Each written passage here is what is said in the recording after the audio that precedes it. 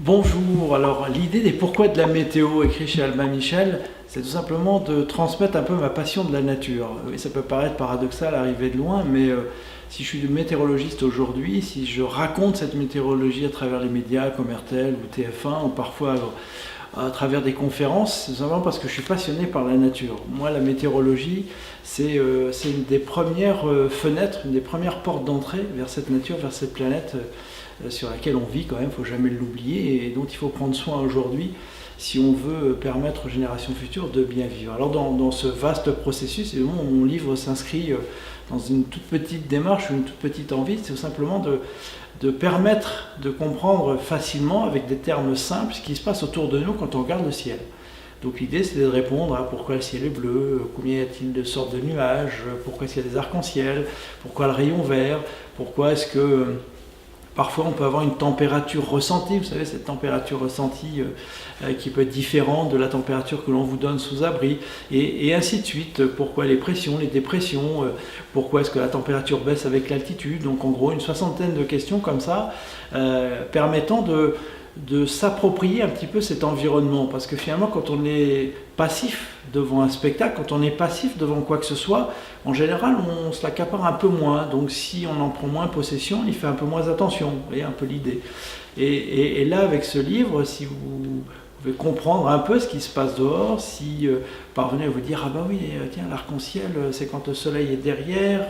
il y a la pluie devant, donc ça se réfracte, et puis voilà, hop, se forme la décomposition de la lumière et ça donne un arc-en-ciel. Ouais, c'est tout simple, mais grâce à ça, on peut être un peu acteur, puis on peut le partager. Si on est avec des enfants, avec des amis, on dit tiens, tu sais pourquoi et le ciel est bleu, tu sais, c'est parce que le rayonnement, quand il traverse l'atmosphère, hop, il reste plus que l'ultraviolet, donc on voit le bleu et non pas la lumière jaune ou blanche parfois de la lumière. Voilà, c'est ça. Donc ça relève de cette envie de communiquer, de raconter un peu ce que peut être la nature, de la comprendre un peu quand on la regarde. Et puis la météo, c'est très simple, il suffit de lever la tête. Et le livre essaie de répondre un peu à ça.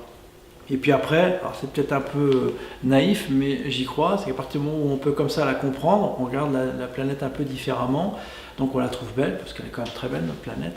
Et puis ensuite, eh bien, on va y faire attention, parce que quand on aime quelque chose, on fait attention à ce que l'on aime. Ça, on a tous le même réflexe. Et on est aujourd'hui dans une phase où il faut faire attention à cette planète, il faut vraiment en avoir conscience. Et donc quand on peut se promener dessus en la comprenant et en ayant encore du plaisir, ça c'est fondamental. Aujourd'hui encore, il faut se dire que la planète, elle offre des beaux paysages, elle offre de belles émotions, elle offre de beaux moments de partage, elle offre de beaux voyages, elle offre des perspectives de paysages, elle offre des perspectives de rencontres avec la faune, la flore, même si on ne la connaît pas, mais à chaque fois ça peut nous donner une réaction, une émotion par rapport à nos sens, regarder, toucher, la saveur. En France, dans un pays extraordinaire, pays de la gastronomie, donc on peut savourer également des saveurs nouvelles, et à partir du moment où on garde et on prend du plaisir à travers ça, on va faire attention et on va avoir envie de faire attention. Et aujourd'hui, on est dans cette phase-là, il faut prendre conscience qu'on est 7,5 milliards sur une planète,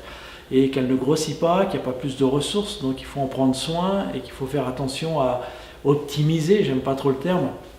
mais notre technologie pour rendre notre impact, notre trace sur la planète un peu moins délébile, si je puis dire, ou en tout cas un peu moins marqué, même si là pour le coup il ne faut pas être hypocrite, 7 milliards d'individus, forcément ça laisse une trace sur la planète, sinon on ne serait plus là, mais en même temps il faut essayer d'atténuer un petit peu cette trace pour que les générations futures puissent profiter comme nous de cette belle terre.